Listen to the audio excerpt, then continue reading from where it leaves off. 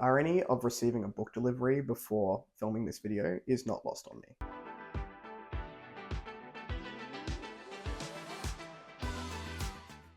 Hello everyone, welcome back to A Fictional Escapist. My name is Kris, and today's video is a little bit different. Before we jump into the video, make sure you're checking the description box down below for links to my social media and Discord, should you want to come along for the ride. Now, today's video is about me entering a low by year for the financial year of 2024 to 2025. And what I mean by a low by year is I've got a relatively strict budget on things that I don't want to be spending money on without needing to do so. Now, the main thing is going to be books. I'm sure we've all been in this situation before if we are book lovers and book collectors, where we just buy too many that we can read. And I'll speak for myself here. I've probably bought hundreds, not probably, I've definitely bought hundreds and hundreds of books at this point, either on my Kindle or on the shelves behind me, on other shelves in the house, that I haven't read, including full series that I'm very interested in reading, especially since coming on the platform. So this is really a challenge, and it will be a challenge because I've been a consumer for a very long time now, but there are more reasons than just that to jump into a low by year. So what are the terms? The terms for this low by year are from July 1st, 2024 through to July 1st of 2025. I'll be looking at giving myself a relatively strict budget on a few things. Now, this doesn't just include books. The low by year for me does include things like clothes, whiskey, and books is going to be the big one. So those are three items that I tend to spend money on, and I need to stop spending so much money on those things. So there are three main reasons that I'm looking at doing a low by year, and the first is monetary, and that's probably the most obvious one here. We are looking at launching Bard & Butter and hoping to give Rachel the best chance she can have as this business continues to grow and to basically move away from an employment type that is relatively safe and throw ourselves into the deep end of editing and publishing and hopefully getting some of those marketing materials out there, because the idea is to create sort of a hybrid service where we also do marketing materials for authors focusing on the indie scene. This is going to take a little while to sort of work out what we can live without and what we need to be able to continue to live. We are looking at saving money that way. Also, on that note, I am almost finished my work in progress and I would really like to get it out into the world next year. And I know that books cost money. I happen to be married to an editor, which is a big chunk of the cost, but I'm also not looking at just having one editor.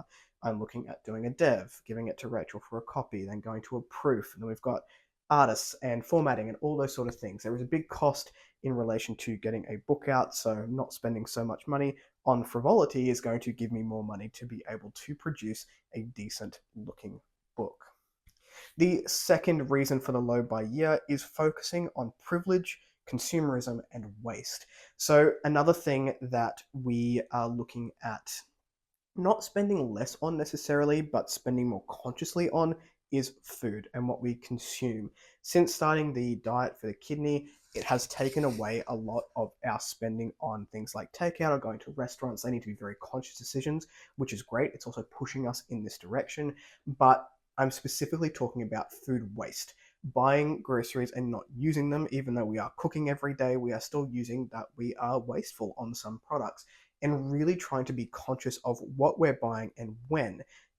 For example, frozen vegetables better for us than fresh vegetables in some instances because A, they're cheaper and they last longer and we don't have to throw anything out. So being very conscious on what we're spending on food and going into this low by year, we'll be really looking at what works for longevity for us. Speaking specifically about privilege now, I have become very conscious over the last little bit, and when packages do arrive at my door, just how much privilege that me and my little family carry with us.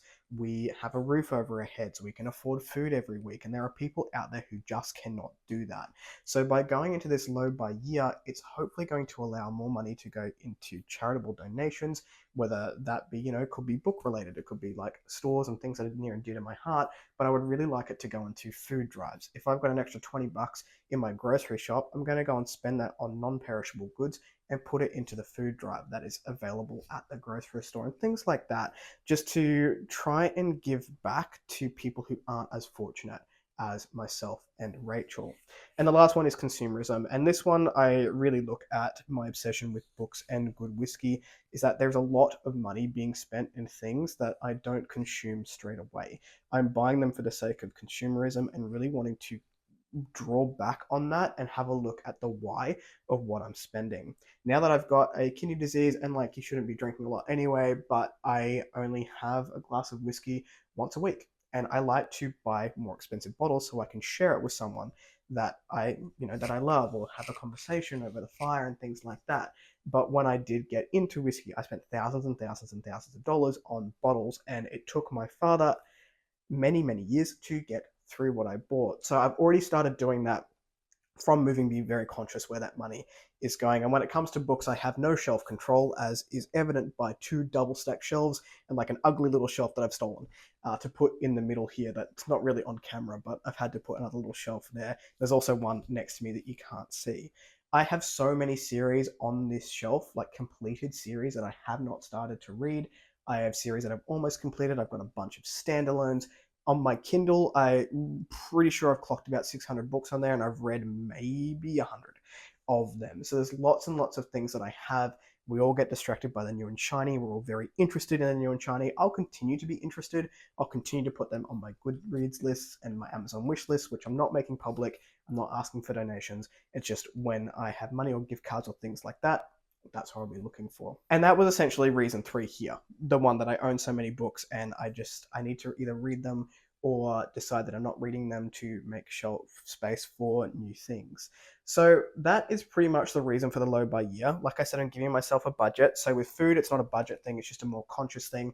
And our food budget each week, for transparency, is $180 to $200 for good organic food.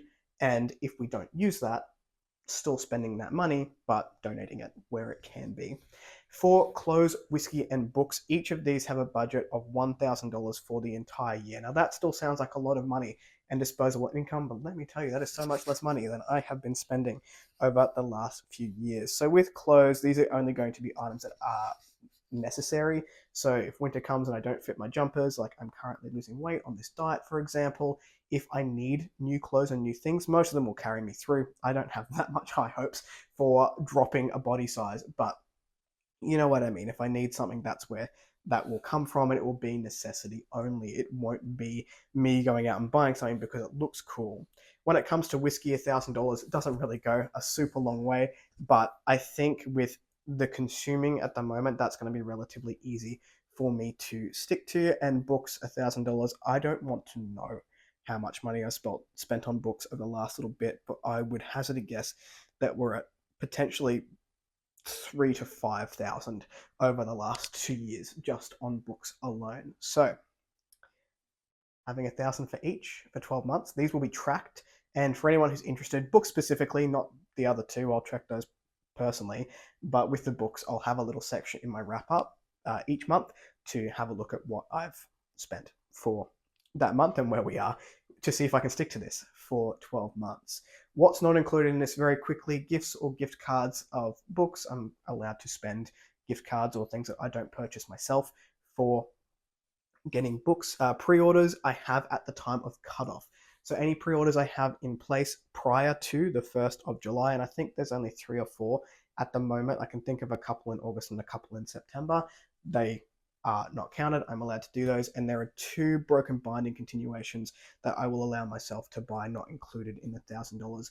And they are because I own the first book in the series, or the first couple of books in the series, and the next one is coming out. So I think that is the Forsaken trilogy by R.J. Barker. I've got Gods of the Weirdwood, so if Broken Binding do the next one, I will get the next one, and also the Bone Season by Samantha Shannon. I also do have subscription services for Kindle Unlimited and Audible.